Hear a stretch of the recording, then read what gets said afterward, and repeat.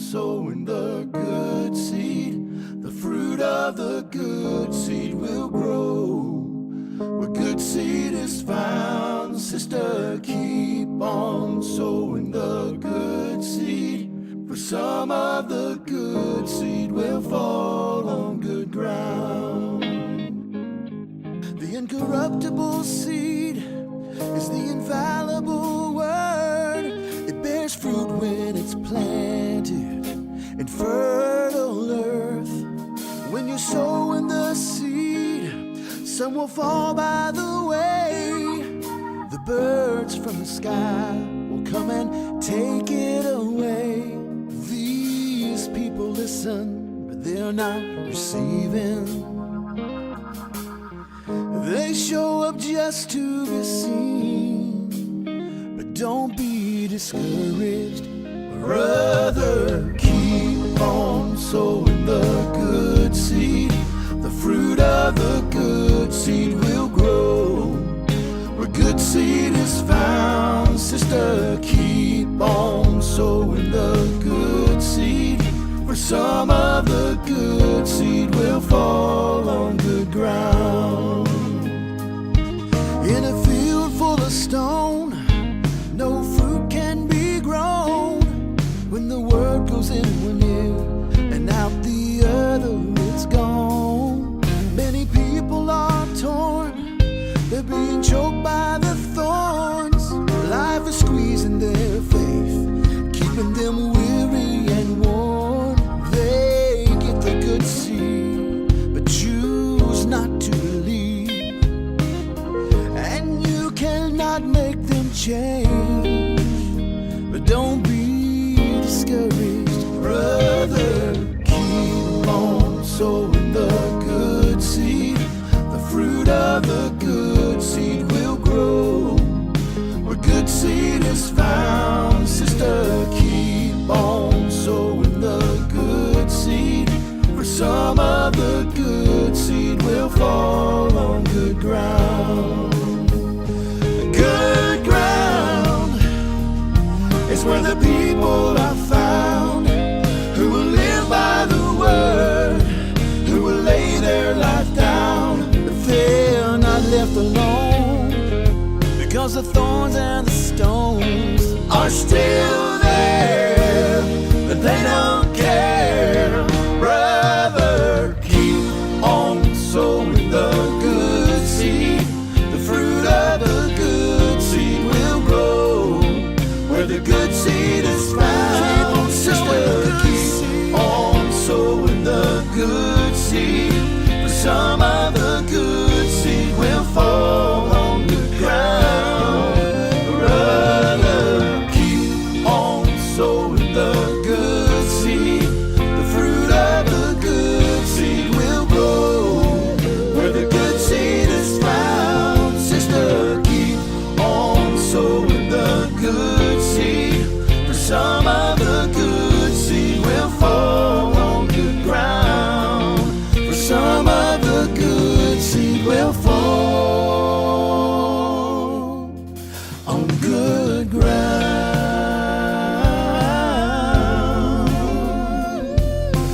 People keep on sowing the good seed.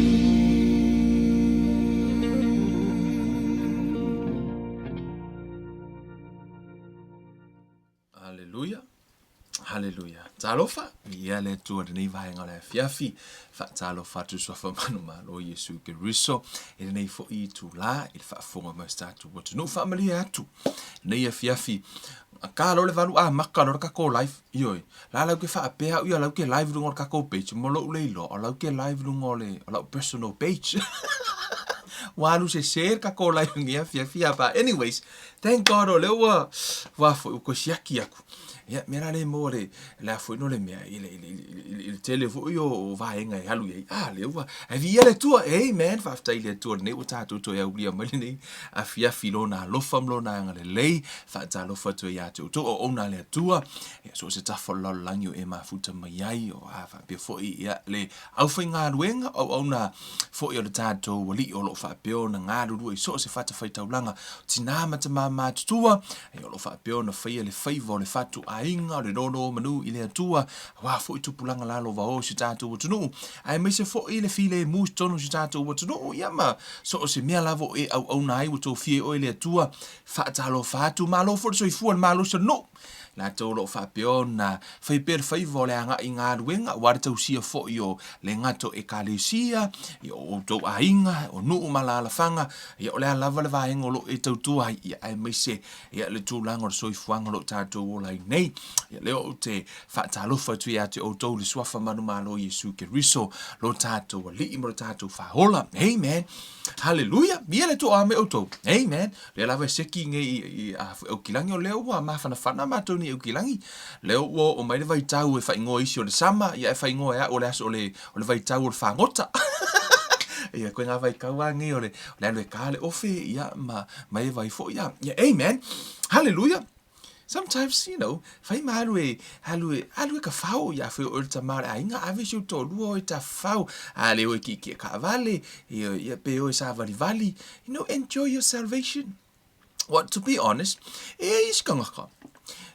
Sometimes sole is kangaka e makua imu musua e o molonko lua e ka fao pe o fu lile e o enjoy le o langa fu lile e serious anga ye mea uma fu lile le fun fu lile ha le manga ye le o langa pe nga lulu e fatasi fatasi mea fai mare fia amen we ke te fai alo o langa ya mana ye le ufo limo lo matua lo sa vali mo lo te tatanoa ma fa malusi lesi amen hallelujah tatu talo so ino tatu proclaim le tol mato tama via la wo fio nei fiafi o mato to ya ulia mai e lo fam lo anga le lei fa tai wo to so ino le mato proclaim wo eta mai lo mato wola mo male so ifu sio mato nu sio mato botno ile nei fiafta ma tatalo ila wo fio se e fatanga la upu le nei fiafi loto la fa nau fa ngana ina la ona nei tama o fa fonga ia la fa nau ia fa piono o toile upu le ola awana ina tia se vaenga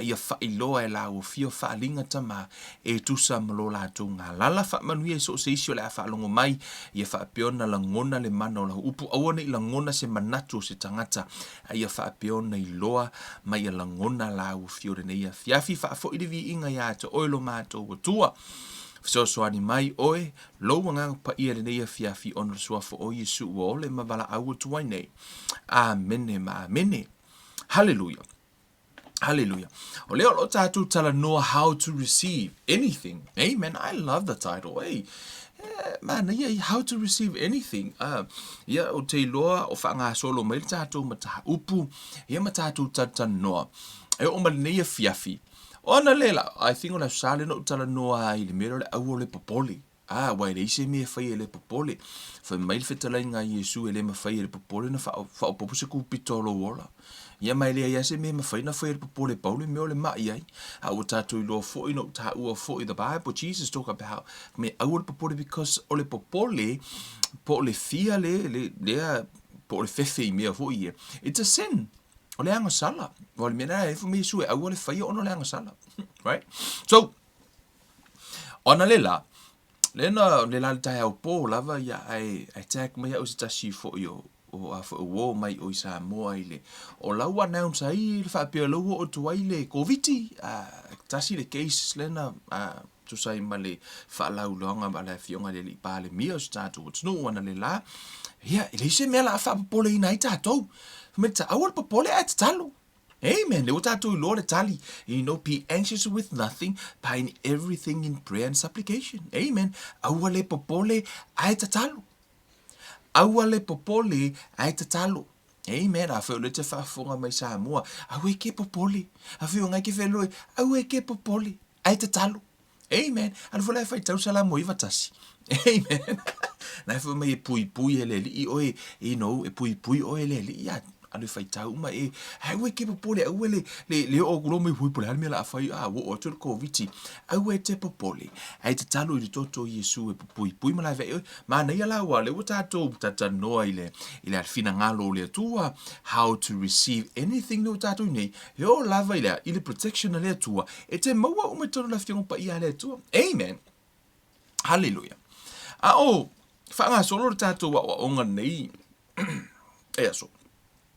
O lo yei mau i o lo whape ona tonu o le mareko lona mta upohiwa ma le whetalai ngā Jesus tasio ta mana lua tue i lona atali e wha malolo ma whai atu ia Yesu a e ma whai o na whai se mea whesoasoa ni mai e wha mele whetalai ngā Yesu le mareko iwa o na whetalai e tu leo Yesu ia te ia a whai ua e ma whaia o na wha atuatua e mawhaia mea umalava i le whaatua.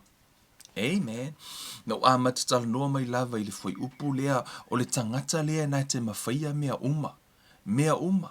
Mea uma lava e tusa ma le fina ngalo o lea tua e mawhaia e le tangata whaatua. Everything.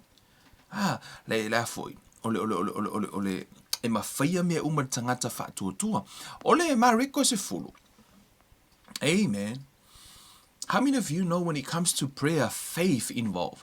A o lona tātou tala noa I le mele o tatalo. E ta tau lava no yeile whaatua wa whamaritu sipa ia. O mea uma e whaia e au noa mara whaatua. O le sala. Ia.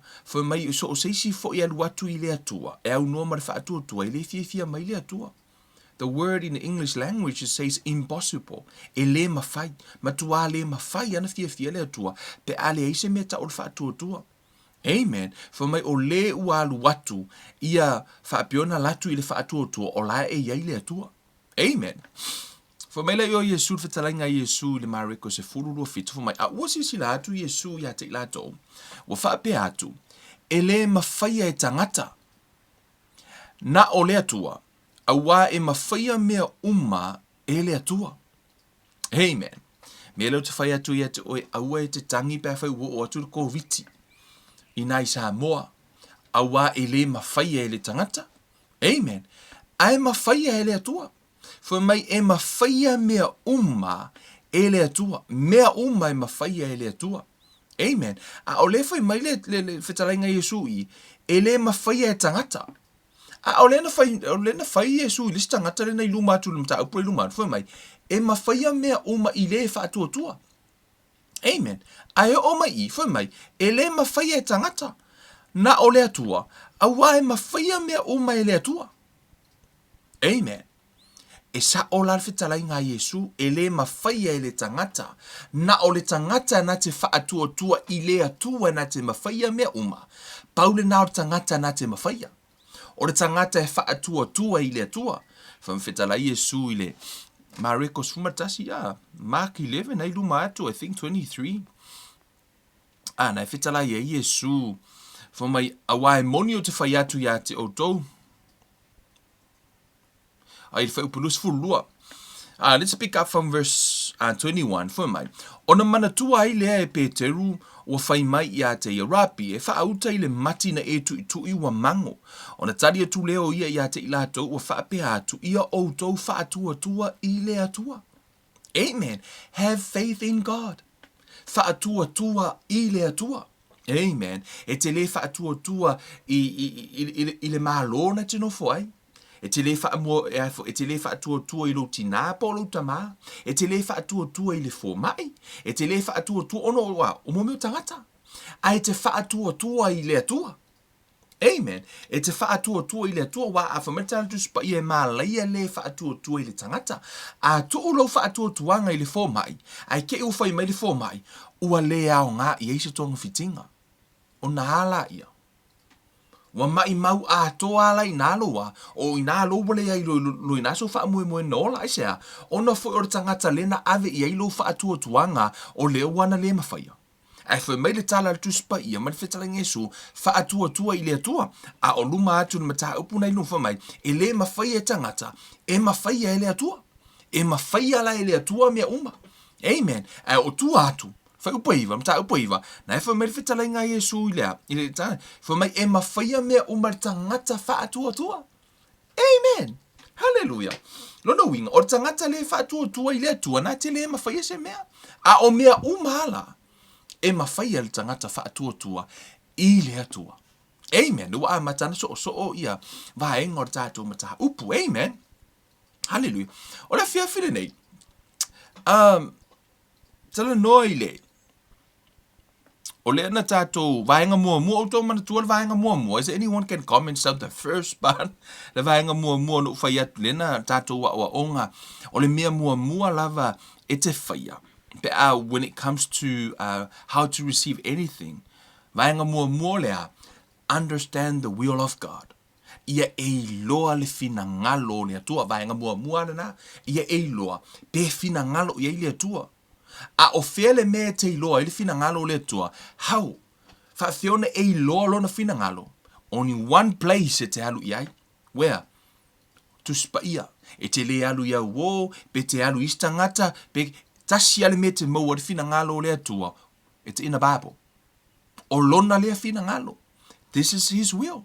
Lona winga a e fie Lord fina ngalo le tua, fai taulo tu spaia. And it's one of the reason why ela ina fai tato Bible study, mo oye e Lord lo fina ngalo. It's a fa longo mai, oh, right? Now e Lord mai, oh, okay. La u fa longo, it's right there, the scripture. Ana te vai fole, ile fiongo pa ia le tua, keli. Lela ukanga whaale ku I, ma umatu spa ia le tatu tano, it's right there. And also it's free. Hana te mai mo mai ai, which mean a whai te rei whaalongo I se tatu o onga, haru le si tatu o onga nei lalo atu. No judge, amen. That's mean no excuse for you to not know the will of God. Why? It's right there, it's free. It's, amen. O le whiawhiri nei. So, vanga mua, know the will of God, understand the will of God, pe it's a law, a Lord fina ngalo le tua, vanga mua lava na te alu e sui, pe a whai te fia alu I le tua, au mai se mea, pe te alu te salusanga I le tua, pe, ask, pe te alu te sa ili le fina ngalo le tua, po le alo na o le vaenga lo na lua. Let that word on to spot. I just, walk you through, matoe, asia ni sio foi upule no ta ua mua. Ole a foi. Ole ye e loa James 4 ya ko po fa. Ye e loa fai upo lua. Fa mai. O vangalo no lua ole ask. Ole ele ngato lo I loa a ia e fai atu tatu vangalo no lua na how to receive for my woto tu ina nau ai le maua woto fasioti moto losi ai to tele I ma fai o na maua woto fe mi sai na fai taua ai le I maua ina woto le ole atu ina woto le ole atu amen for my la yo woto ole atu ai le I maua a wā wole atu male faa le tatau. Ina ia faa umai, ia mea I o tau mana o ngaleanga. Amen. Pe a whaito te ole atu faa le tatau, le lana utara noa I le aso lua, tatou mataha upu na le mea ta ole atu faa le tatau, la sa utara noa I le needs and wants. Right? So, halu e toi mai moi pe a whai o le te le sa emisia. Le lai o mai le a whiawhido o so o mai pele tātou wa onga. Amen. O le vahenga lona toru. Amen. Ma le vahenga lona wha. Le la kango ku wha kasi lua ngā le a whiawhiri. Le la tātou tanoai. Amen. So, ye e Lord fina ngalo le atua. Lona lua ye e ask. Amen. Ye e ask according to his will. For me lo tala tu spa ia a tātou wole tu e tusa malona fina ngalo ua tātou mauti noa o laua whaafofonga le atua. A whaafofonga le atua ua tātou iloa ua tātou maua le mea nau tātou wa. O lau tātou moa le tāti. Amen. Hallelujah. Tōra le tusia Luka. Luka lo na mata upu e. Sumatasi. Hallelujah. Fumatasi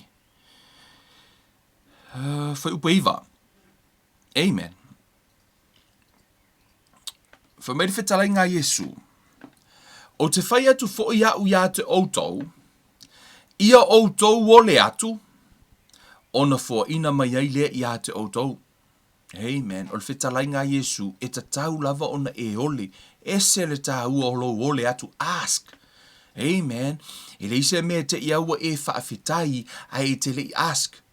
I le whaape te alu ko kua o i au maise la kousuka. Ke iaua e whaafikai ke lea mora suka. Ai ke le ask e au maise suka. Be careful with a prayer that start with thanksgiving. Thank you, Lord, for your provision that you ask. A whawhetai lea tua mō mea ai ma a fo ia. Tua laua to ia yellow whawhetai mea ai ana nafi wa laua uma. A o le teimi nei o lewa o lela ai te talo moni mea ai fo ai mai. Be careful with le lefo le whawhetai wa a lo ma fo faula ingi o le o le mea ai anga ngei. O lela me le tua whawhetai mo le mea ai ana nei ia malau fo ai. Ai kele i whai lea tua i se mea ai. Ma le tele o nisi o vaenga. Be careful with a prayer. Fu le tātou te talo ai.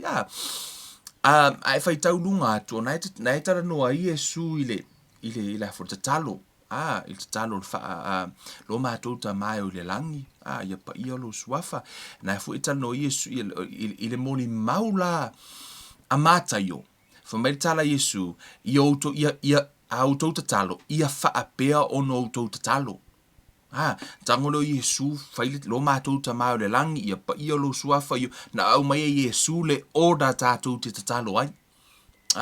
Le ana mata mai ai lo na fina ngalo fatu aso o mai male aska le na mai Yesu le oda tātou te talo ai. Amen. O le ala o mai i o moni maule a Luka fa mai Luka. Te tala inga Yesu mai. O te whai atu fo ia u ia te outou i outou wole atu o na fo ina mai ai le ia te outou. Ia outou sa ili, ono outou maua ai lea. Ia outou tu i atu. Ona tō ina mai ai lea i atu outou.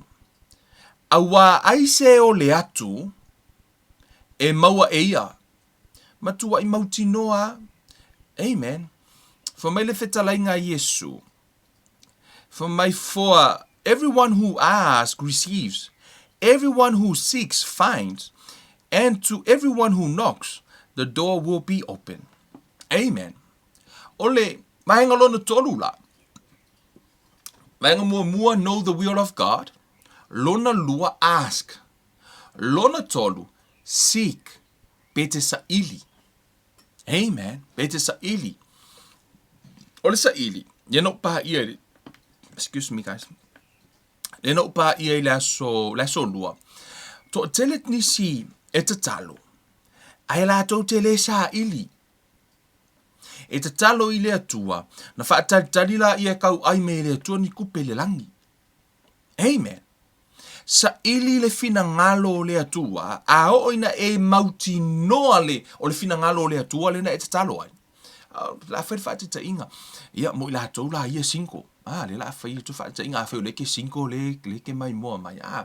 To te le lātou la e sinko. E mana o fai e a foi e lai fia fai tai to pe fia fai se to lua. Amen. Amen. O langa aski le atua. Ya fai se ta mai tai. O lana aski le atua mo se man.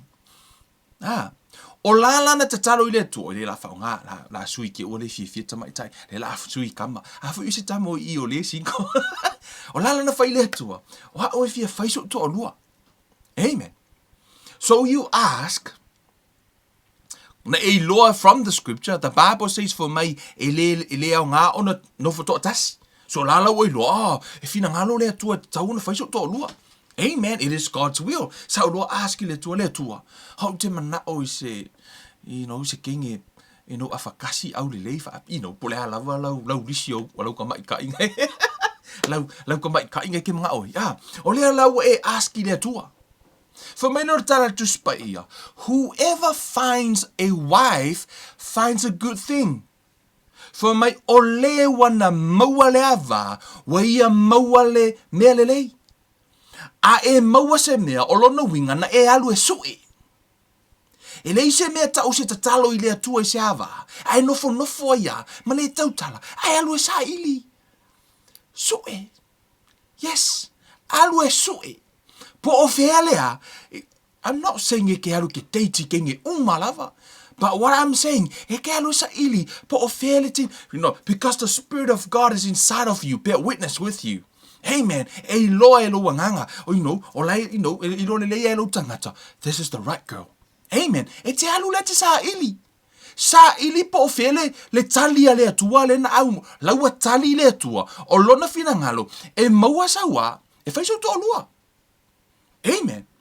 This is what set some people free. Ona to tele lava nisi. E life ya faya la to te tolua. Ala lava no fo cinco. O le leo sa ili. Whakali se kangole koe, ko mai se kamai, pe ko mai se kenge manga ia. E ele tātou pāte play. Amen. Hallelujah. Yes, if I so kala fu I la aso fu ni o ka kalu. Wa u ngo walu a ngo walu la ngus pa ia. Ngo walu u ki fie lo ia. O fie lo mo ia le tu ke mi. Ha lo kunga. Sorry. E sa vali me le skam, sa vali me le fa la ila inga ngo ya esta ala. Ko vai kunga e ko akele ala isi kamo le a onga fu ile ko kunga. E fie ka alo ile mai ka inga le. O fa pe pau ala me nga piki ala vai wango la ku kimi o fa ku dia ku sorry au le leio si fa la inga I want that girl Lord la ko akel o ngala o kengi fu ngi ai nga e al wa ku ngai ele ro fa sa mo o kimi na nga o ka ngangu ke ele was le ku isi au ka fa foi o ngangu ka ko voli sa mo la foi popo e ke ia le tare fai so ko le word au ka fa ia kami lengi ve ape o ka ko ngangu vo ira foi ko ke mi ngara ngus so au le leio si fa la ila fai o la ko ka kalo ile to fa ku ile to ma ia si fa la ila o le so ko lu ke mi ngala ke 5 fai o le ke tapo au ke ko fai el mia le Kemi ka ko le 5 si ka inspire la ka ko ya le ngofo ile ka la vuda o le mera ku ka manga e fia ka alo ya esta ya sola o la fu e 5 ai ka miki o la fu e ku la fu e ka seki la ko ya ale paura le menga piki era va ku ile se mamma lom ku o fa pe fai no for the saying for le no ring no mean ho ve ku usapo le ko akero kamala ngai okay ole wo umma ka kalo ile ku o finga ngalo le ku e fai e ka mo fai so ko lua ia wa ke yaskingo esto maka fu lo la ia nga fai fu ka awan ke lo upal ku spa ia fa mai ole ala ole tane le tama itai ele se lo amen ora de fam kala nga ku na mia ha ko ma me ko kia fu dile o me fu de ka ma fai e catch fu ile Awale tau na ona holi. Ma e ngofo. Wa whako wha alongo ale o afu. O si o ko olua. Hui o kula. Wha alongo kui ka miki o rea onga. Fui le waile lei ngangu o ka miki fui. Mo ka miki whanga ngau o aku yaku ngui whafo. Fui le leile ngangu. Whako wha alongo ale o esa isa ngangu ele ngi veape. I make sense uma ngangu le oku. Mo meo ngangu vo nge. Lai wha o popo e mele so soangi la nganga pa ia. O aku i mo ka lima vo ele. Mo ka maka vo ele. E makua I ave laka. Ole winga la tala. You deserve to be married. For you ene te mana o so tolua. Ole upertus pa if you ask. Hey man, ole wio lo le tua ete fa ebu la fa pianis ai longa o manga ku mai le ku so ko o la mana tu mai le tua ai tele o fa le meta ole sik. Halu sa ili. Si awaken ngu.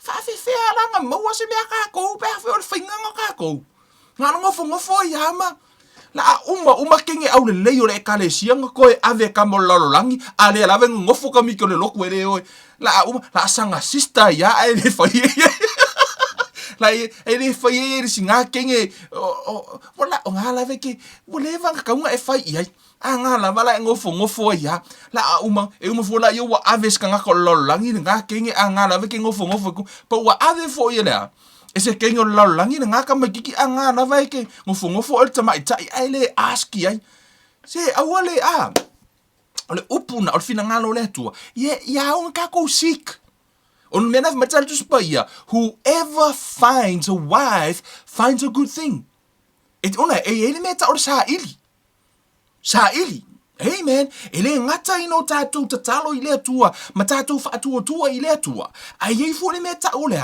o ngalwenga ele meta or tu lunga masavali amen one of Jesus' favorite saying is arise. Get up. Amen. If I tell you tala maisu, get up and walk. Arise. You know. Kokolanga Yesu like ngofo ko lokwe de so get up. Go find a wife. Yeah, whoever finds a wife, lono winga, etealu sa ili, which mean ola eyai. Etealu na esue, ole mele na o e fight. I work so ngofo ya. tu la ilunga ya lu e faisa nga lu engol sa ili. Po fele me la tali me ile tua. I am not saying ke alu ke date ke nge umalava. Pa ke manga oya ke alu ye ke lo la la ke ngo for kenti o kule la me esta le songa o fa ku le sia o nga ngo la o fa I married her. Ai le lo la nga o esta ni di ke ka ya ngo nga. Iyo wa fiu weird. Alai inga wa makala ngo ngala o ila o ele ke minga fu ilili e fa malusia ni me lea okay a fai wa la wa ko kakala ngoi me ka marriage relationship o fa longo ku longo fa ia va aile mele ia kakalo mo ile tua if that's the right one so no le ko kala ngo kia establishia so o va ku o ke longa wa kama au le la o le me mongia pe wa kama au le la o fiu po ia au le ia o manga ku fa o le fa swai wa kama au le me kama umaga ngi o la fu o fi nga o wi le fu ngole so ia a vi fu mala ko ia ka ikangi on ngi la le ka ka ngo fa mai ia se ia lu anga pongi fa vai au ko anga pongi lo o makali me le ko e ka lo o makali le ko ia ko anga pongi fu ia ai ia yoi alu sa ili. You know, that's our part. You know, that's a good news mo tato if you fight ainga. Si o ki ngofo. Si la sa ngofo ya. Hey man, halu sa ili. Anything, not just only that, but also when it comes to jobs. Pe a o te me afu ngaluenga. Mo o ele fi sa ili sa ngaluenga. A o ina e te talo ile tu o lai mana o le tu I tono fin ngalo tu spaia. Tono tu spaia mata tu spaia o le ngoi. Au te ngoi alu su e sa ngaluenga. Which mean, o lai finangalo le atua, e alu tangata su ngaluenga, e tauna e ngaluenga. Lono winga, that's his will. Tauna e ngaluenga. A fai o fia su ngaluenga, now you know it is God's will for you to work. Because it's in the scripture. When you ask, aona e tatalo, na e kule nunga e alu su e mela e po fere mela e ngaluenga la ngai. Amen. Hallelujah. O vai ngalonga tolu na, seek how to receive anything. Amen. Aua ne itu wale meta o le seek. O le vaenga lona fa. Na itu tonu ina. O no utou maua ailea. I o utou tu I atu. Knock. O na tō ina mai ailea I atu o utou. Aua aise o le atu. E maua e ia. O le sa ili. E iloa e ia. O le tu I atu. E tō ina mai I ata ia. Amen. Hallelujah. For my ole tu iatu, to ina mai te ia. Tu. Knock. Let's pick up from the beginning of this.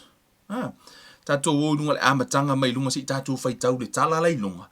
E flow le iai, ma e loa I le wingole, o tala fitala ngā Yesu. For mai, sai le tasi mea o ia wa tatalo, wa uma, ona fai mai lea o ia te ia, o le tasi o lona au so, lea li ie. I ea o mai ati I mātou le tatalo.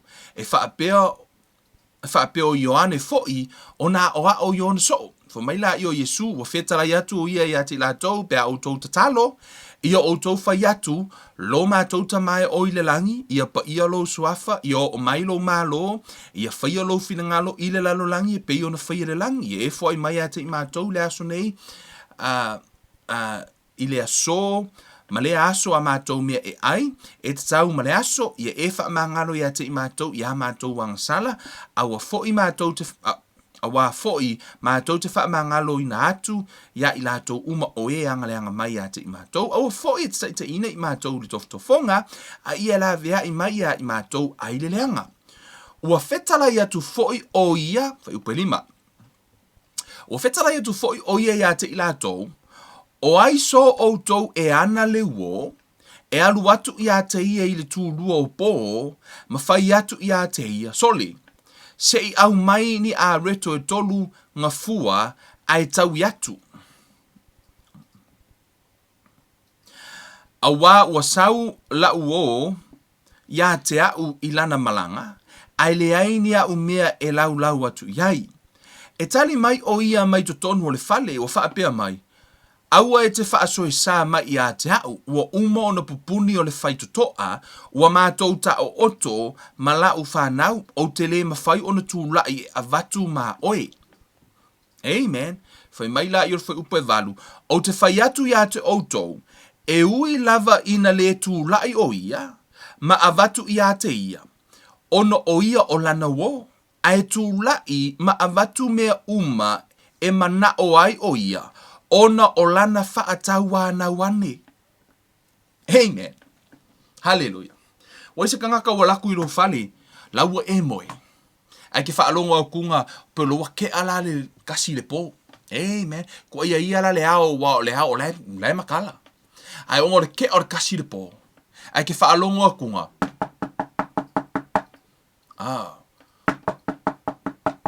Makua i ele fia ku mai ke minga dungo karkas. O le ua momoe wo lokan faloloa. Fala oi lea. Me osimi. Yoi. Kuso osimi. E sa o la wo a osimi. Pa wale o la wo makua ele fia kalango ai. Makua i ele fia kalango ai la wo le osimi. O le pa wale o la wo piko siringa le fa maongi le kongi a wo. E se waki le lo le fia kudunga. A like alu so yo nga wo lokan faloloa. Ai ko falongo kunga la wa. Ele mawhai o e moe le po akoa. A o le mea ngi lai whai mai. La lawe kui mai. Ki ngā lava lau le fia i asimi. Ai ke kou lava i lunga. Ave le mea ese ha. O ngā fo i o le ha. O le whaalawe lawe. O ngā lai kui. O ngā lai kui. O ngā lai kui. Right? Amen. O na whai mai lo tala Yesu. Le volantu e tala no Yesu. Le umata no Yesu le tatalo. O le saa ili. Amen. O le lau ta no Yesu, ile tui. Fai mai o la fo, on fai upu e eiva. O te fai atu fo ia te outou, ia outou o le atu. Ona fo ina mai ele ia te outou, ia outou sa ili, ona outou maua i lea. So o sisi la vai sa ili e maua. Fai mai la ia outou sa ili, ona outou maua i lea, ia outou tui atu. Ona tō ina mai ai lea ia te outou. Fai mai le fai upu e valu nei lunga atu. Ai le ior fai upu e fai mai. O te fai atu ia te outou. Fai mai Yesu. E ui lava ina le tu lai o ia ma avatu ia te ia. Ona o ia o lana wo. Na ala na tu i lunga. E le ona o simi lana wo lai ku thafo. Fitarainga na Yesu fai mai la ia. Ai tu lai ma avatu mea uma e mana o ai o ia. Ona o lana whaataua na wane. Ongo o la lava e ku e lea, a le ku a fai e le kuilunga, e ke le kuilunga, e le ku uar ku i orka ngakala. O le a ku e ia, ma o mea la ta o tangata finau. Amen. O le tangata e finau i le tatalo. O tau whaalongo tu spai e whamai o tau finau i le tatalo. O le tangata e finau. Amen. O le tele leo vaenga e le mo e tangata kirisiano. E pengi ka ngaka pala a ai. E pinga ngaka ele fight fo ele se mea. E pe e la to tele fo no le mea. E pe le finau, e pe mo ele o langa le o la finau se mea. Amen. Fa le mato, fa mai le tala lo tama fa le nganga ile siaso. O le upu no. Le upu no fo le NO. It stand for next one. Yo, ke laku ia fa mai le afoi. Ile officer ia afoi. Le fa finga luenga. Ya, sorry wole ko yang mako nga luenga. You know, that's mean fa mai ki oi haru ku ia singa luenga.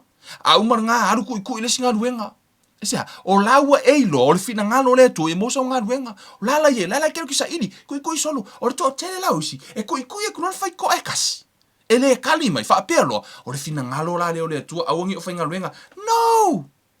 Koi ile se fai ko pe uma le au wala a ko nga koi uma fai ko aga.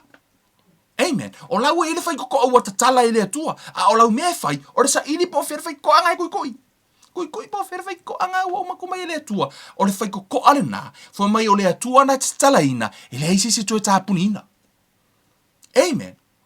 Koi fai ko au e ke koi e kura ele ai mer fai ko mua ki rikiro lo mafufa ele o fina ngalo le tua no o le fina ngalo le tua te fai ngaluenga koi is fai ko ngai kalaku fa solo ka lo koi next one no means next one. Right? Alu stands for next one koi ia po la fai ngone mea po fai ko ngala kala me le tua au e ke vai koi. Amen. Ona o le tui. O le fina ngalo le na o le tu. It is will. Amen. Au e te no fo ai. Au e te whaalongolongo ti ngā. Ma ia o le fina ngalo la le o le akua. Ia kakore ma whaia ia. Ele e kasi arka mai whaafika au di e whea ngai marka ngaka. Nga onga le ai mai a, ke ia le ua le a. Ka wole tusia a Luka. Amen, ka waku ku ia Luka. Tama le ri ile o Luka. Ui le ka ku ia Luka, ka waku lai luma. Thank God for Luke. Amen. Luka lo nam ta upus fumal valum. Le ata tu fai tau le. Fa fine le man fa masino le. Fa mai le. Fa mtala ina Yesu ar tala le fa mai. Wa fetala ya tu foi o ia ile fa ata oto ya te ila tou ina ia tatalo so o e tatau wai. Ai aua le fa vai vai. Tatalo so o e tatau wai. Amen. Le o tātou tau i le upu e tatau wai, tatalo so o e tatau wai according to his will. Mana tuana na tātou tanoa i le asolua i le tatalo le tusai ma fina ngau pole, tatalo le fa tatau. Tatalo i le tusai ma le, tatalo le fa tatau le tātou tanoa i le asolua, o le vaial, o neila, le tā ue tonu i fa mata fitalenga Yesu, ina ia tatalo so o e tatau wai, o according to his will, ai aua le faa vai vai, aua e te faa vai vai. Amen. E maafua na whai mai e aua e te faa vai vai, ona e to a tele kirisiano, la to te faa vai vai. Mea nana whai mai Yesu, aua le faa vai vai. Ona fo e tangata e faa vai vai, ka serka kalo, e kuro i ere kala, minga luenga ngaka iro inga. Amen. Whai akuro i le kengele le kali mele i ngaka iro inga. Ai le koi ia kumusango i kwa. Ia. Fa mera fai upa e lua. Wa fa pe atu. Sa ile tasi a ile fa masino, ua le mata u ile atua, ele ava fo i tangata. Sa ile ai fo ile tasi fa fine, ua oti lana tane. Ua alu atu i ate ia, ua fa pe atu, ia e fa masino atu ile ua iaia o mea. O nai aso ele i mawhai ai o o nai aso ele i mawhai ai o ia. Ai muri ane ua fa pe ifo o ia ilona loto. E ui lava ino o le matau i le atua, ma o le ava i tangata. Ae peitai, ona o le whaaso e sā mai i a te au o le whawhine nei, ua oti lana tane. O te whaamasino i ana mea, ina ne i whaati ngā mai i a te au i lona sausoo. Ona whetalai atu ai leo o le alii, ona whetalai atu ai leo le alii, ia o tou whaalongo mai i le upu a le whaamasino a mi o le tonu. Whaalongo i le upo le whaamasino le tonu le ilunga atu fo mai, ai peitai ono o le whaasoe sā mai i a te au o le whawhine nei, ua oti lana tane, o te whaamasino i ana mea, ina ne i whaati ngā mai i a te au i lona sauso. Amen. Fa mai le tala Yesu, i o tātou whaalongo i le upu le ilunga atu. Le winga o le tala, le tupu le ilunga, le whaamatala ina mea o le tala, fa mai o le whawhine lea, o le whawhine ua oti lana tane. Ai na halu lai le whaamasino, o le whaamasino lea, e whaingoa ina le tuspa ia o lea, o le whaamasino lea, ele matau i lea tua, ele e fefe fo i manatu o tangata. Lona winga, o le whaamasino lea, ele o ia o se atua, ele o whaatusa ina, ele whaatusa i lea tua peole, whaata oto i le tamama a foi, malana whanau e toa lua, le atari i whaamau mau oa, a o ina whaali liu pe whaawinga, e whaatusa le tama i lea tua. Ai o mai o i le whaamasino lea, e le o whaatusaina i lea tua. Amen. Se ke mika kalango i poa ngā whaamasino. O lea lai tala noa i le tuspaia. O le ua whaamatala mai ai i, le nā tura o lea foi. Le nā tura lea o le whaamasino lea, e le fefe i lea tua, ko e le popole se kangaka. O sionga ponga, ua makua i whaalave lave ar whawhinga le laku sou. Laku so e whaamasino, e whaamasino i ati la tō le whakia ia, ai mese le pui ngō ia, lea la watu so o whawhine lea, lea la tupo, le manatu i le whaamasino lea, o le whai le whaamasinunga, ua makua i o vai ar whawhinga le kui so. Moko ai ki ngā ia o makar sau so i e sau lava o le mga oi e ngofo ai lumolo ofisa le fingere manga o lava se immortali.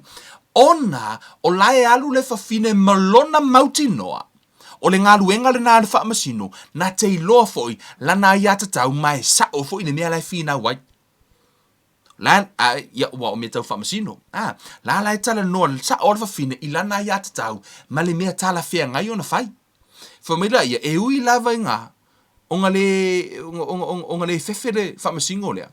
Ai na te whaia lava. Whamera whetala i ngā Yesu i whai upe fitu. E ui lava ina tuai mai lea tua i e na ia filifilia. Amen. For mai e ui lava ina tuai mai le atua lo no winga. E le taimi a tātou pia wa kuai mai le kuar kati. Le ka ku ia kua e pia wale kari mai le kua. For mai e ui lava ina tuai mai le atua i e na ia filifilia. O lo o ala langa i lato ia te ia i le ao malepo. Pe le wha amasino ea o ia i ala ato mea. O te whai atu ia te outou. E vave ona wha amasino e ia o ala ato mea. Peitai. A saule ata lii o le tangata. E longa ea e maua e ia le wha atua tua i le lalolangi. Amen. I'll read the Passion translation.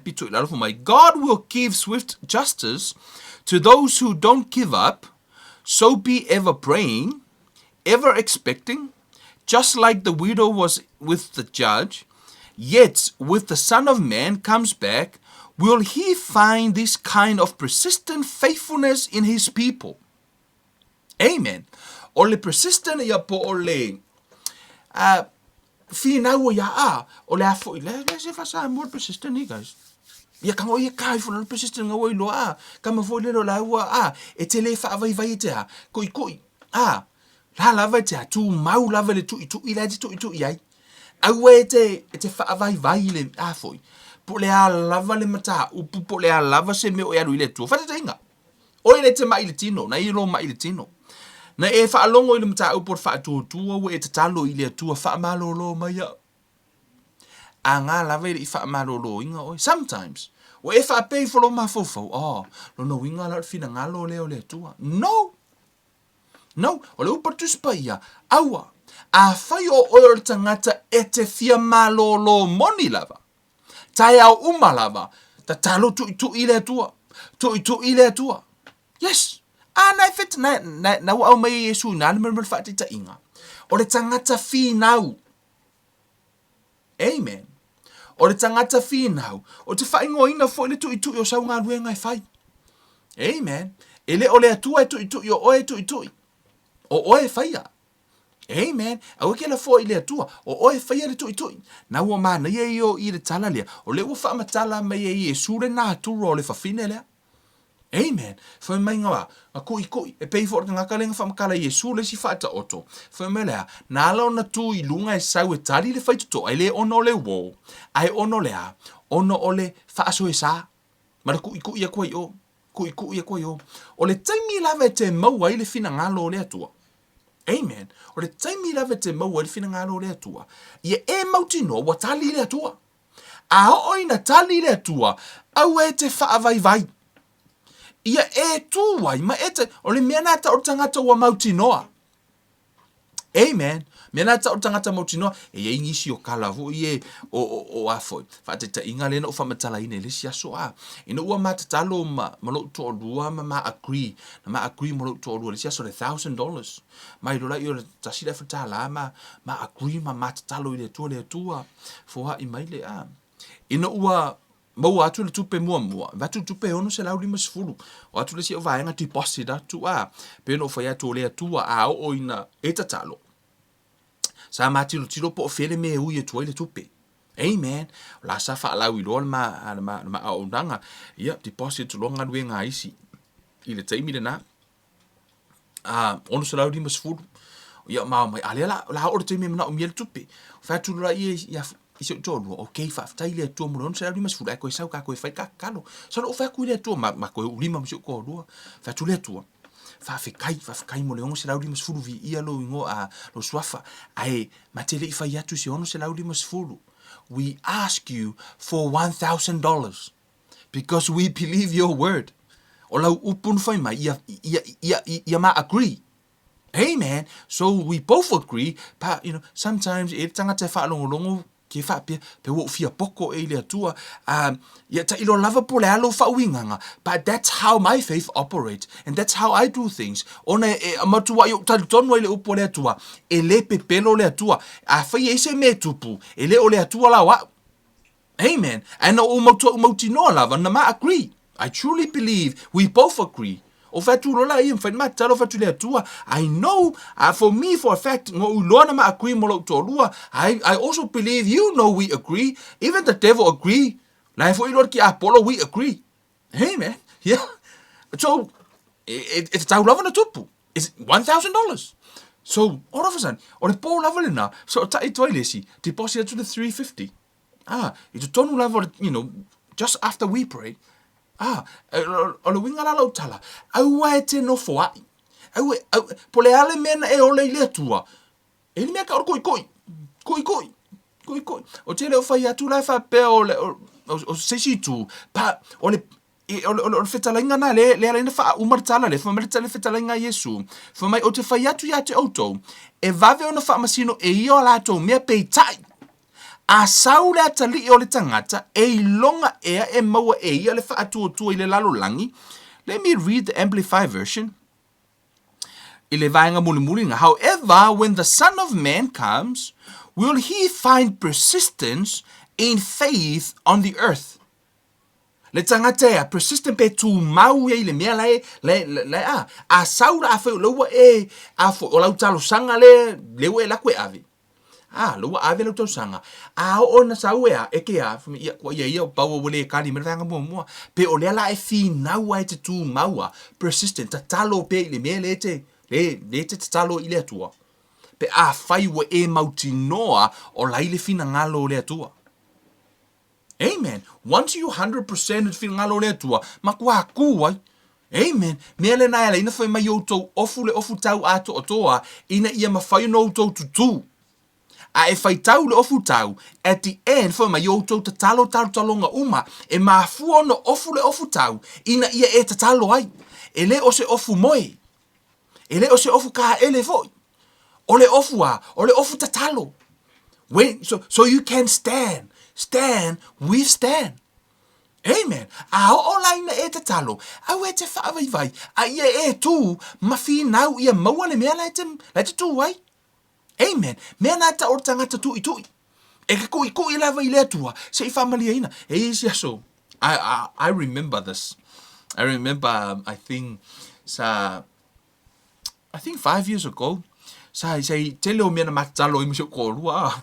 Makalo I korua I le mea. Ho le si mea makalo ai. O mea umalavanga makalo ai. Tali uma I le atua. Kasi ale mea ngale kali I le atua I le ma prayer list. E le wha ma koe o whaangoa. Ma koe o whaangoa. Ia, God is my witness. Saulo korua. O mea umakali I le atua. E le mea kasi ngale kali. E le I kali la le atua. I le taimi le na. O sau o fai aku mako aku lo I think lai o ia molo ka ma fa le nga fu le lau mako ka ngo sometimes he ask us question po le ale o le lau fa ale ko lo le fia o fa kai dia tu mo me uma ai ko fa ngo le kali o le tu me le because I really for me or the time love to tu se me I'm really believe and have faith ele pepelo le tu and that's how my mind works o lo ya. But I'm telling you, God is so faithful. So sometimes we ask wisdom, amen. And I also know, and what tupu fo ilele lo wola fa le nganga. Mo va ai fo tono le fiong pa ia le tua. Fa metala tus pa ia pelo fa tu le fuor sinapi, which mean e tupu le meta o fa tu. Amen. For my Yesu, e mawhai ona e whai atu I le maunga si itia, ma ave. Lono winga, e yei le maa losi o le whaatua. E yei le mea le ngawhatia e lo whaatua. Mea nei wha e la ina ma na ortu ia tupu lo whaatua. Esea, ina ia mawhai na ngawhatia e lo whaatua le mea. Aua ke oso e whaakua lima afi, ai kere I whaakua le lima ka la. Amen. Ono fo o whaatua e pei o le maso. O le mea fu le leke kamu whai exercise. O le tele lau teim. O tali umala le tua I mea fu I elenga. Mea le nga whakia e lo whaakua. At the time. So far, teimi ne lo tali le tua I le mea nā lena. Le ngau ka whaapeaka ika kake ma whai ngā aso. But, teimi like ki fu le like kupu fu le like. You still learning. Amen. O le teimi na napi ono whai atu. Ua fai wakali umale tu ai kele. I think ma prayer list over mar se fulu menga kusi ai. Umanga tik. Ai kasi me le ikali le ko. Ele ikali le tu ar keminga. Ngama ko yo fa ngoa ya but I'm still ask ya mo ko fai le tu le mele ka kau kali le tu. He end up answer our prayer few years later. O le winga la tala. Au e te whaavai le mea nai te tūwai. I want to tell you, let's go to the book of Daniel. Amen. Hallelujah. Do we have time? Amen. Tato woi. It's one of the things for lele ye e malama. Tani yelu se fulu. Ole me ole tu. Ole tu. When you stand. Amen. It don't tani yelu se fulu. Ire tal no ai tani yelu for mai. Ona po ia. Oa o tani elu sa o wha no noai I vai aso sa ato o toa tolu o lai ana pongi tani elu fo mai. Ele ai se me le leina o ai. Ele ai fo I se ano o manu po o se waina na o ilo ngutu. Na o le u ai fo I lava o ina mavai atu vai aso sa e tolu. Tolu vai aso o le wha no noa le wha lima I o lai ana pongi. Tolu vai aso ana pongi tani elu. 3 whole weeks o lai ana pongi fa mai la ia whaauta foi fa le skipi fa besfuru fa mai whaauta foi ua pai mai ia te au le lima ma whaato o tuli ia te au I o utuli vai ma o alo filima ona ia whaapea mai eile ia te au tani elue o le tangata ua alofa teleina ia e ma fau I upu o te whai atua ia te oe ma ia e tu ilunga a wā ua awina mai nei au ia te oe ua umona feta laia mai ia te au o nei upu ona o tu wailea ua o ngatete. Tani elu lea o le watau nuu mai le angelu lea so lua tasi. Amen. O I le mafua in le mea ta o le angapongi lua kasi aso le fai to tele. Mafua mai I tonu vaenga lea tusi tani elu fomela ia. Ona whaapea mai ai lea o ia te au tani elu aua le fefe. Aua talu le lua I aso na e sauni ai lo loto e mafau ma whaatinga ina oe I lumo lo watua sa whaafofonga ina au upu ua usau foi ona o au upu. Fa mai le tala le angelu o le aso mua lava na whaamaua lalo I tani elu ma whaatinga ina ia te hia. Fa mai na tatalo I tani elu na whaalongo ia le atua le aso ale na. Amen. Mi ole aso lava na whaafofonga I le atua. Fa mai le tala tu spa ia la foi. Fa mai le tala foi. Fa mai mo yone lima fa mai au tātou I lo ua whaafofonga le atua. E mauti noa lava ua tali le atua. O le taimi lava la ngona I le atua le tatalo. O le taimi funa e tali I le tatalo. Amen. Fa mai la ia sa whaafofonga ina o upu wa sau foi ona o au upu. Na ala na sau le angelu mai le langi, na sau e au mai le tali o le tatalo a tani elu, na mafua o na tali mai le atua, o le taimi lava na la ngona ai e le atua, awina mai lo le angelu. Awina mai, pe o le mele te whētuai, e tā ua le la ngona e le atua o lau tatalo. Tasi ale me la ngona e le atua lau tatalo, if you pray according to his will. Fo mai a tātou tatalo atu e tusa malona fina ngalo, e whaafofonga le atua, e le la ngona e le atua, le tatalo e ke kakalo aku e le e tusa malona fina ngalo. Yes. E le la ngona e le atua, atono, o la ngona e le atua me uma, a e le o la ngona vo i le e sau i se kati. Amen. Fo mai le tala atu spa ia, mai tala ange no o sau e la so mua na. Amen. Ai foi mai foi foi sutolu. A ole ali ole malo persia. Na ia te ia te au ipo e lua fulu maritasi. Fa auto foi o me kaeli o sole au ali isilia. Na ia mali mai e fe so ari mai ia te au. Na tu ua fo ia u I le mea fa atasi maritu po persia. A eva ai I fa matala ina ele angelu le foi mai. O ia na sau maritati. Peitai. E lua se furu tasi aso la e fetau I malesi angelu le anga le o le Berenice o Persia. La e fe, o la te e atu ia te ia. Ona la o tanielu, o lea lava e tu tanielu, lua se furu tasi aso, e le o whaavai tanielu lana tatalo. O la lava fo e persistent tanielu ia. Ona la, o le persistent o tanielu, na mafua ina se na maili mea o le enforcement. A wina mai lo me kaeli. O me kaeli la, o le isi o lea, o la foi. Fo mai o so le au o le isili. O lea la o sau me kaeli, fe so ani le tau ala e fai. Isea, ina ia ho o maritari o tatalo. A o aile, a eva ai a toa ile ki a toa le tala lea, e le o le atua le ki, e le o a ngelu le ki. O ai le ki. O le ki a ko tani elu. O le ani me tupu pe ana whaavai tani elu le aso mua o lana talo. O le ani me tupu pe ana whaavai tani elu le aso lona tolu. Aso lona ono. Aso lona wha. Ai ona ele I whaavai tani elu, sa tu lava tani elu. He was persistent. La lava na whaatali tani elu. E tali le atua malona iloa, na whaafufonga le atua. Ona lana ask according to his will. Ta tonunga nau tani elu. Ona whaafonga le atua, e mau tinoa e tali le atua. O nofo kangi elu, ma anga pongi, mau kingoa le saura kari le, e kari le atua. O la lava fi nau tani elu, e tali lava le atua, e tali lava le atua, sa tali le atua. Yes, lana tali le atua I le aso mua, the first day, na tali le atua. O le aso luas fultasi, le fato o mai le tali. Amen. O lala wa tali le atua, o ai e wha moe ai le receiving o le tali. O le persistent o oi, po o le tu mau o oi lea, le mea lai te tatalo ai. Ai se ale mea lai na te ia. Ai se ale mea lai ona te ia le ma ia I foi. I le perenisa peresia I le angelu o le atua le sau maritati. E le o manao le ti apolo e wha iloa le fina ngalo o le atua I le a foi.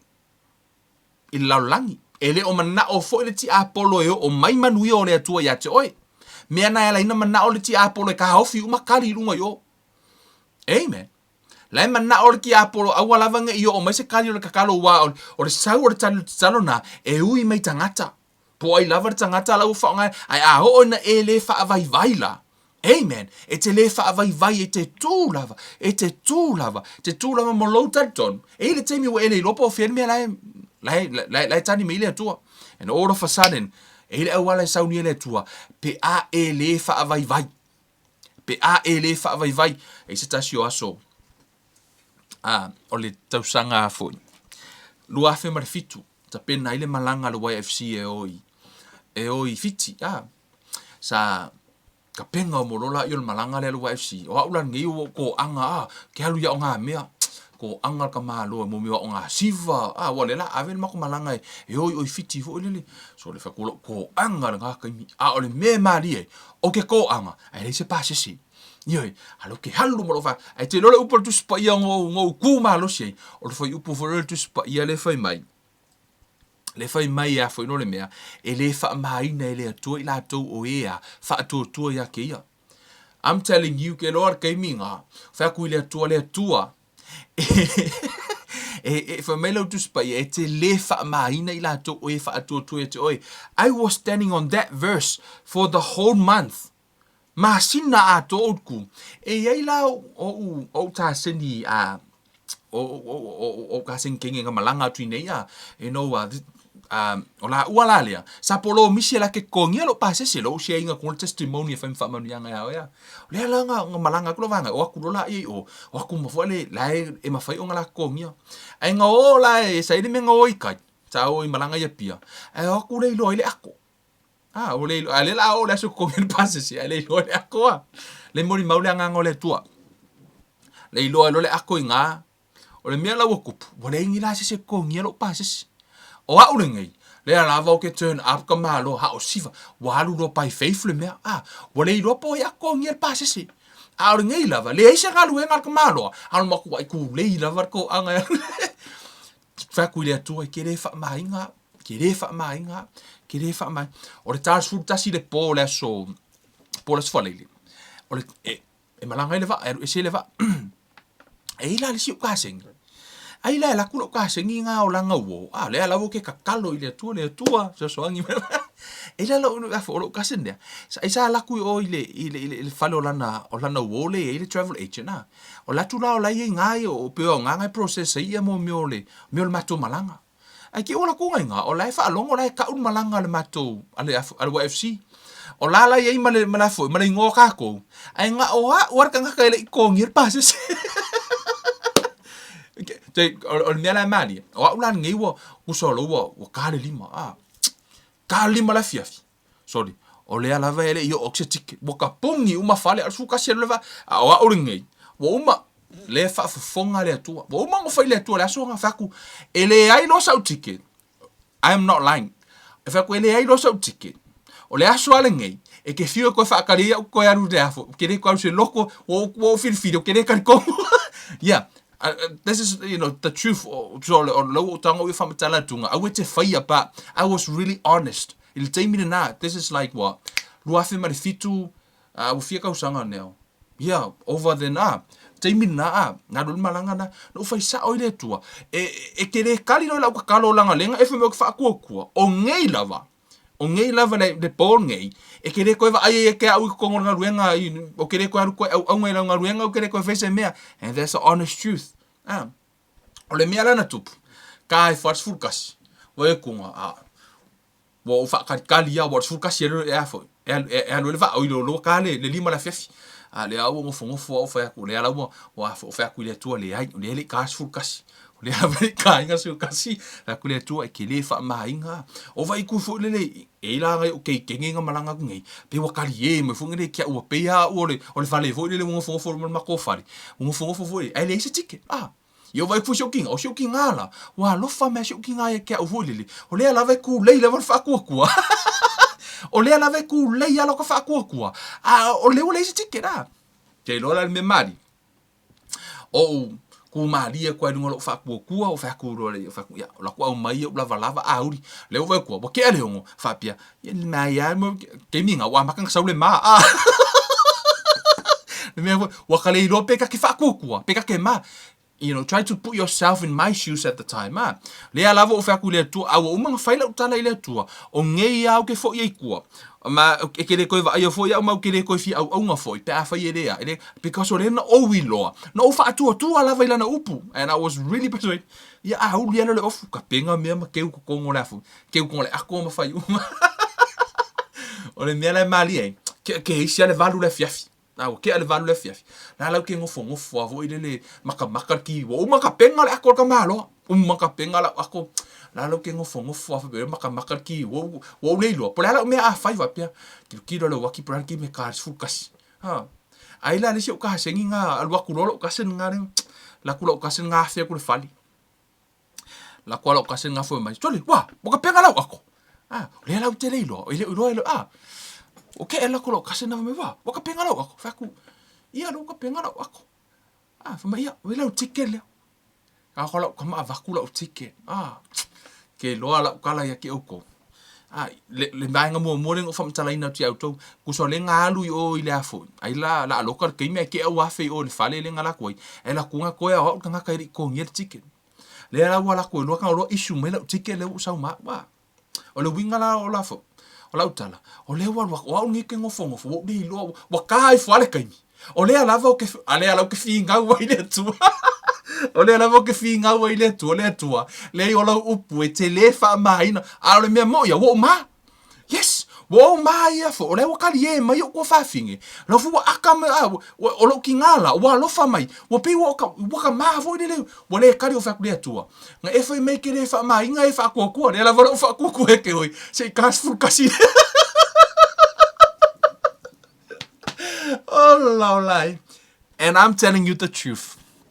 Le fa fo fonga le tua le fia feeling e la kwala kwa ma le akong ya kula utike le la fo le songa ma ya tike le ke alu nga wa ka manga le malanga nga ma ko mo fa ko ele si uso nga ko malanga mu ya tu ma to fe kula ukala ku so o ina maile I mena la I ona e pe o meanga o nga kau fa le kongu pe fa vai hau e o so ko e fo I kualo ma fau I meanga o wi loa le fa maongi o le atua I le taimi le nei a utara no tia te oi kusa afai maile kanga ya ke au ele work le upole atua ya te au e pe ya lai fai kanga kala fo ka sa fo ma swimming pool o lai ka ele lai mo ko suma e la ku ka fai ele se vai ko swimming pool it's like that tu se le ma fai na sa tangata fai mai ya te au ele work le upole atua no the word works wo o tali tonu ma o tofo le fa ma honi o le atua ila na upu fai ele atua va venga ila na upu that's how na issue la le ticket pa fato atu tongi muri lola I ero tinare pa sese so my mom ta le o kinga ko kongi muri le pa sese o le ticket lo o mo release mai o te o kanu malanga so o le winga la utala O le wha maoni o le atua, i le au wala e uhi mai ia. Wha fe kai lai le atua. O wha fe kai le atua i le kali o karsanga lua fe marifiku. E o mar kemingi, lea lave ke sila mai, lea lavo ke au onga i le atua. E le atua. Hei, e kei roa le atua. O le wha maoni o le atua. E le mawhai whona o pepelo i mea, mori mau, I think my mom, she's watching right now, lai mori mau, I think my spiritual father, o lai fo e mori mau, o le I'm telling the truth. O ke lo pepelo i mea nei, o leo te whamatala i le au wala na mafua i ona maua. Ai o le mea sa o lava na tupu, leo no whamatala i kunga, ngā mako e ngofo a, ma o ku i le atua. Ma singa a ko ku i le a ko e so pasisi. O le mea na o mafau e mo e lo pasisi, umai fonga le iloa. Le iloa le ako kupere ngā kumala vai, ngā i renga poro mise ko ino pasisi. Wha kua lo inga, mele mta just pa ia, o lo wha tua i tangata. E te malai ai. But I thank God se mena ia o ina i fo iau. A woki wha kua kangaka. Wha kua te ia. E o mai lal temi nei. O le mea fula nai. E se le disappoint au le maua le tali no uta talo ai. Ona e mafua mai. E mafua ona o le maua. E ma wo iloa. A le whai e se le motive ngau ngā rai. Ngau kakalo i le tua. Pe ona ua o le tu foi pe ona o te tu. So e le wha pe e a wha ina le pāta le atua. Always check our part. So, tato ting. Amen. Le o tango share tu te auto. Some of the testimony o la ufai ngā malanga. Pe no whai atu. Le wha afufonga le nganga o le atu. I am not lying. O le pole nana whai e le atua le vāwenga po na tupu e fōli mena o ina no o walu mo lo i loa e wha mahoni lava o lo watua. My God, He is able. He is faithful. Ai mana o mia e le atua. Oe, ma lo wha atua tua. O le ala le umi e straight e le atua oe. Amen. Ai aua ke whai ala umenenga de sa kau whai ngā aso. Ioi, le o lo childish fo le o no o nā taimi. O lau te lai titi wha lea nganga. This is 2007. O lau ke pepe wha lea nganga. A o le ngei wa o sau whai lau negotiation i lea tua. E le whai alo kani lau kakalo o wha maa vai loa. Amen. O le o whamtala ina sa ona tu lava. Ha u lava upu na whai i lea tua. Amen. Ai, au e like whai mea ngā, a lo o ta ua tu ia te o le teimi nei, ia e tu ilana upu, e wha mahoni lea tua ilana upu. When Jesus says to Peter to come, Peter step out of the water. He actually break the law of gravity. Why? Because he obey and follow. Amen. Sa wha apeona muli ma wha atua i le upu lena whai mai Yesu come. When Jesus, latu iai fo, Yesu rungo le vai, mai petelu, if it's you, command me to come. E lei ma whaina oso petelu I whafo ma le vaa. Aisea, ona ele o yeise upu e tu ua I rungo lona wha atua. But when Jesus say come, that's why Peter stepped out of the water. Amen. Ina ua whai mai Yesu sau, o le mafua angale nanala, ina oso I petelu I whafo. Au e te oso I whafo. Pe a whai ele I whai atu Yesu e te oso I whafo. Amen. Se ilonga lava wa e lolo na fina ngalo. Awa whai mai e te alu atu. Halu. Awa whai mai e te sau. Sau. Amen. Mena ala ina esa ili mua lona fina ngalo. Ia e mauti noa lona fina ngalo. Amen. Amen. Ole upatus pa ia. Na te le wha maina I lato o e wha atua ia te ia. Le no whamtala ina tua nei. E sao. Matua I o wha mauti noa ina leupu. Ele I eise teimi na wha aluma ia o ele atua. Nei ma se taimi. Na wha maina ia o ele atua. Ia. Na wha maa Kevin ia ngai ai rei wha maina o ele atua. Amen. Wha manuia le atua I lau wha fonga nei a fiafi. Ba o te whai atu ia te oe. Ia e lolo na fina ngalo. Ia e ask. Ia e sa ili. Ia e tui. Knock. Tui. Au e te wha vai. Au e te wha vai. Ia e kua ia. Se e maua le tali o le mea nai. Pe a whaiwa e mauti no. Fina ngalo le tua. Mo tātou I mamai. I'm telling you. God's will is for you to heal. Au ala le tasi loa lau tatalo ele I malo loa. Au e ke wha vai. Kalo o le fina ngalo ngalo tua. Koi.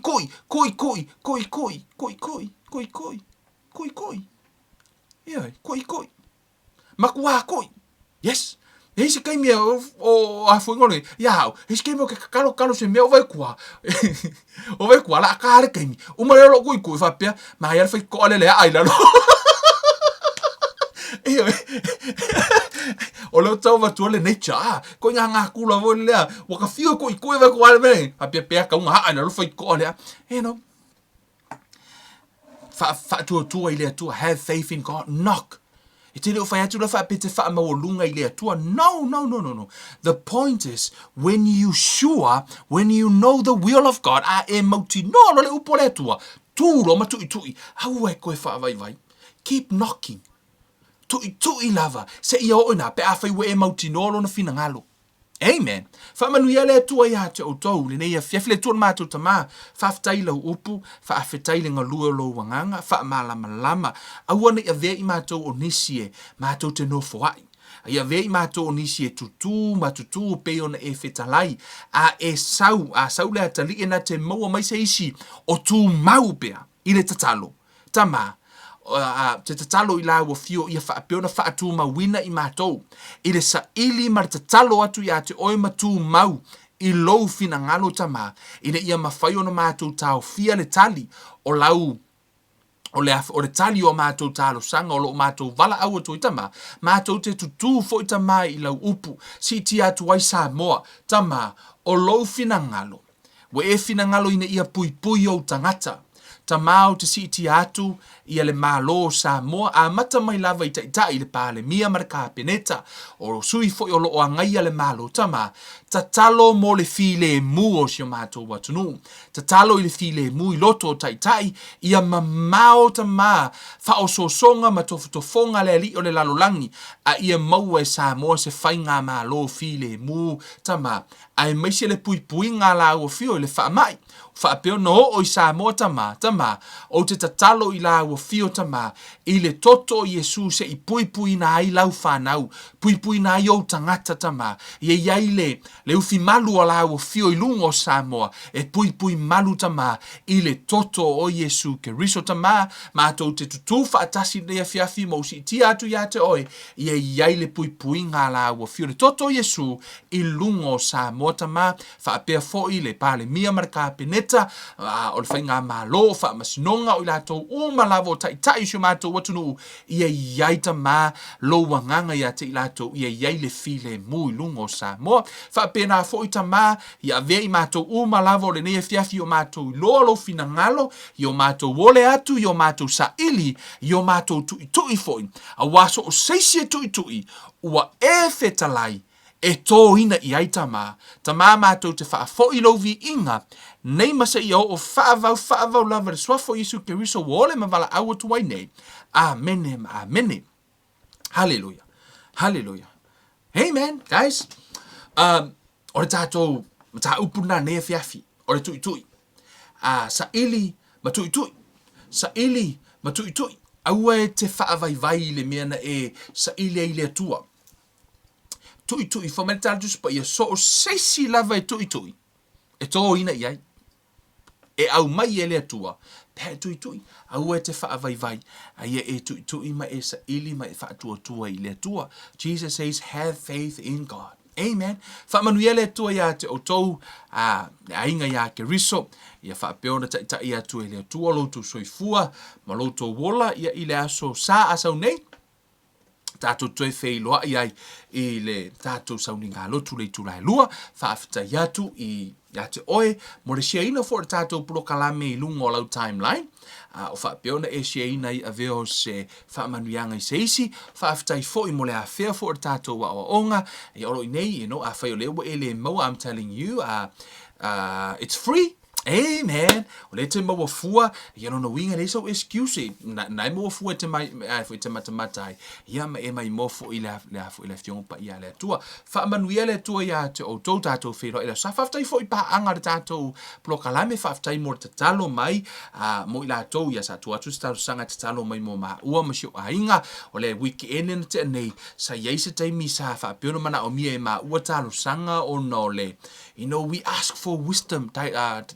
Na mana o mia se poto e whai e se whai unga o se tasi o mata upu I lea fo I mo maa ua, ia mana mata upu fo I tūlanga tau Ia ma ua fo ia atinae ia yo e mana o mia lava ia talu sanga fo if so swani ona e fo te miro tam fo ti apolo e attack me fo tulanga fo yo fai unga matulanga ia e mana o mia e fo te talo atu te talo mai amen tato nga luenga te talo le tasi mo le tasi fa manuia le to ia te oto umala ne fa tai fo mo la to o fai pa anga mai financially fa manuia le to ia te oto o lo tu e fa ato ia te oto me uma to te mati vai fa foit vi inga ile tuo Kevin Ruiva le nei a lofa tele mo oi fa soi fua ia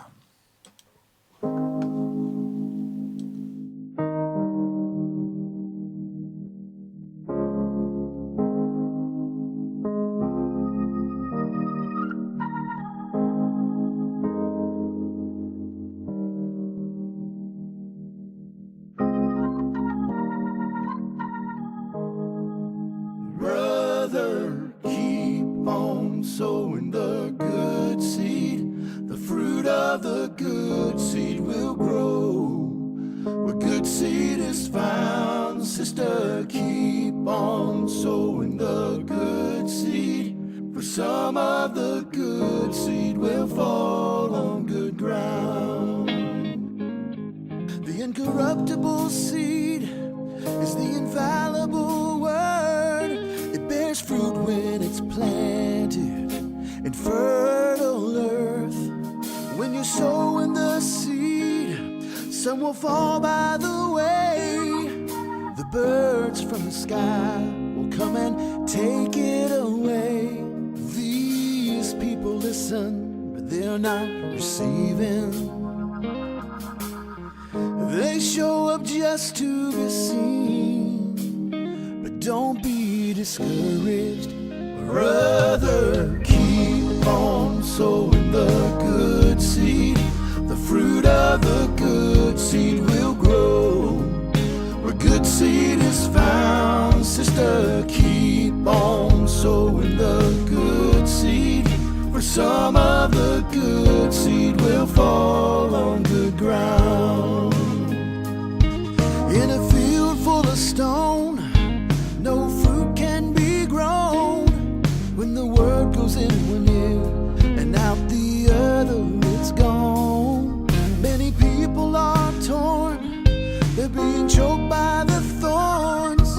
Life is squeezing their faith, keeping them weary and worn.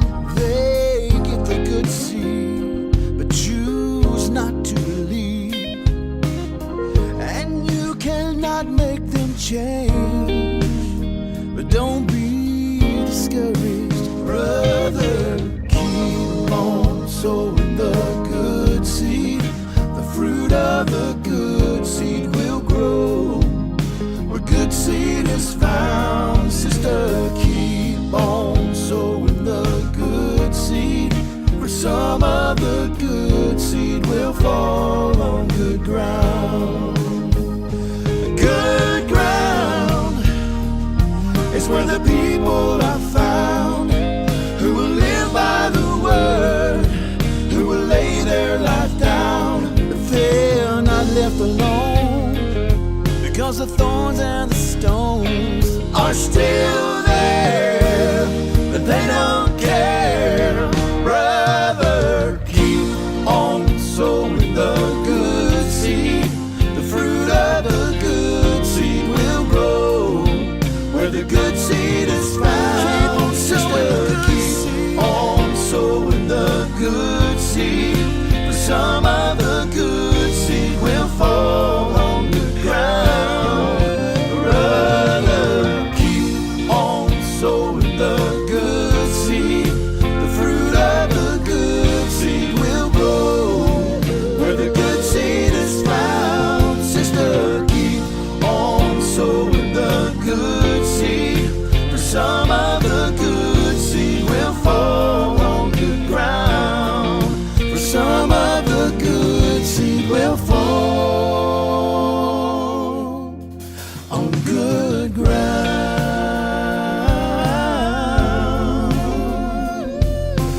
People keep on sowing the good seed.